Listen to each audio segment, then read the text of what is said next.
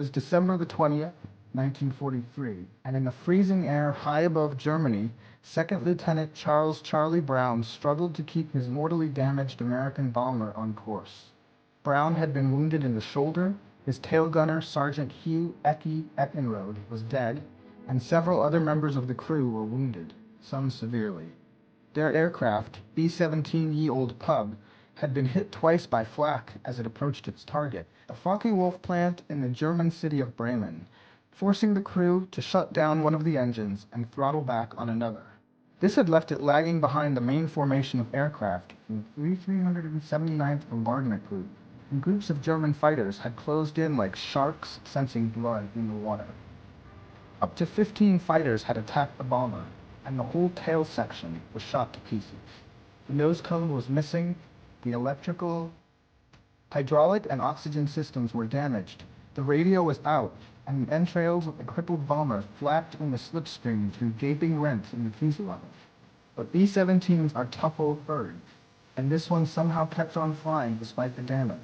Brown blacked out for a short time due to pain, loss of blood, and a lack of oxygen, and the bomber spiraled towards the ground.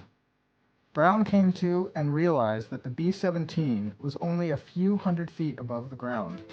He somehow managed to get it back under control and turned west towards England and safety, 250 miles away. Brown wasn't able to coax the B-17 much above 1,000 feet, and he was vaguely aware that he had passed close to the perimeter of a German airfield. Soon after, he realized that a German Messerschmitt Bf-109 was flying in close formation beside him. It was so close that Brown could see the German pilot as he gestured towards the ground, telling Brown to set the bomber down. Most of the B-17's gunners were wounded. Only a few guns were still working, and none were able to shoot at the enemy fighter alongside. Brown could only look at the German pilot and shake his head.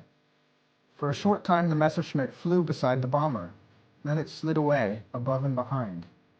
Brown waited for the gunfire that must mean the end of the Olde Pub, but nothing happened. He realized to his astonishment that the German fighter was flying escort on the B-17. As they crossed the coastline and flew out over the North Sea, the fighter remained on station. Only when they were well out from the German coast did the fighter slide in again, close to the bomber. Brown looked across. The German pilot looked back at him, raised a gloved hand in salute, and then swung his aircraft away, back towards the east. Brown managed to put Ye Olde Pub on the ground, not at their home base in Cambridgeshire, but at an airbase of the 448th Bomb Group near Norfolk in East Anglia.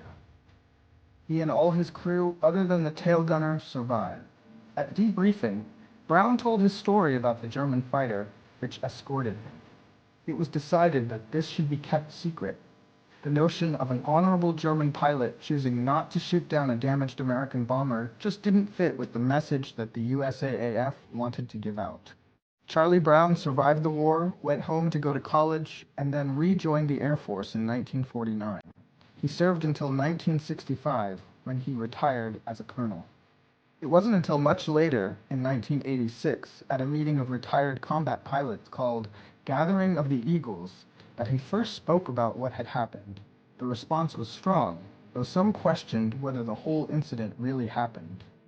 Even Brown began to wonder. His memories of that day in 1943 were hazy due to his injuries, exhaustion, and the stress of combat. Could he be remembering it all wrong? Brown decided that he was going to find the German pilot involved, if only to prove he hadn't imagined the whole thing. It took 4 years, but in 1990, Brown finally received a letter from a man named Stigler, who was living in Canada. Stigler explained that he had been the pilot of the German fighter who had escorted the Olde Pub. On December 20th, 1943, Franz Stigler had been a 27-kill veteran pilot. He had flown against American bombers in his Messerschmitt Bf-109 G6 that morning, and he was refueling on the ground when Ye Olde Pub passed close by. He took off intending to shoot down the American bomber. However, as he closed with the limping aircraft, he could see just how badly it had been hit. He would later say that he had never seen a more severely damaged aircraft still flying. Stigler's commander had told his pilots never to fire at an enemy who was descending on a parachute. while the crew of the Olde Pub had bailed out. They were clearly no longer visible. Stigler decided that it did not mean this. Instead, he flew alongside and gestured to Brown to land. He just simply couldn't imagine that the aircraft could possibly make it back to him. When Brown refused, Stigler made an extraordinary decision. Instead of shooting it down, close formation in B-17, hoping that this would deter flak batteries close to the front.